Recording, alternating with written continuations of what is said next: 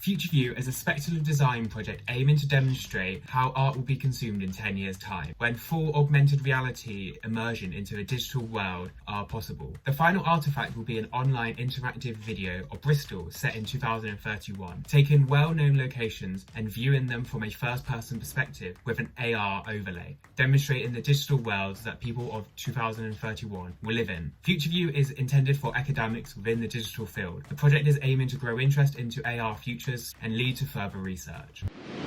AR/VR is the second great wave of human-oriented computing, combining real and virtual to explore the limits of human experience and change the way we live. There's still a lot of work that needs to be done on some of the foundational technology. Planting the seeds now and then get that interface into people's hands over the next 10 years. In the future, we'll use it to see the world in all new ways. So it will definitely happen. And we will wonder when it does, how we look without it.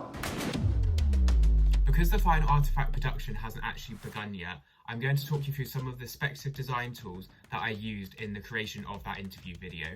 These were my ground rules. James Auger says to achieve a good speculative design, the careful management of these 5 areas is needed: technology, aesthetic, behaviour, interaction, and function of artifact.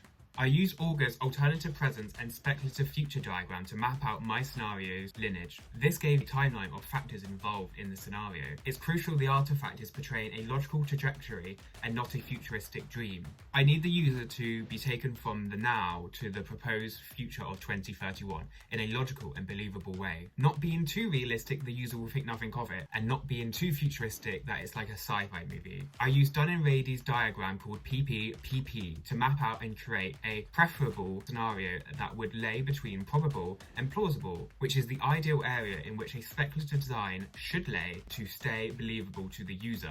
Different from this video, the final artifact will be produced using online interactive video software called Echo, which I've done this early testing mock-up in. Being interactive will add a new level of complexity, but I believe using the speculative design tools from my research I spoke about today, the final artifact will be believable to the user. FutureView project will give users a glimpse of the future based on the fascinating research findings, in hopes to start conversations about the second great wave of human-oriented computing.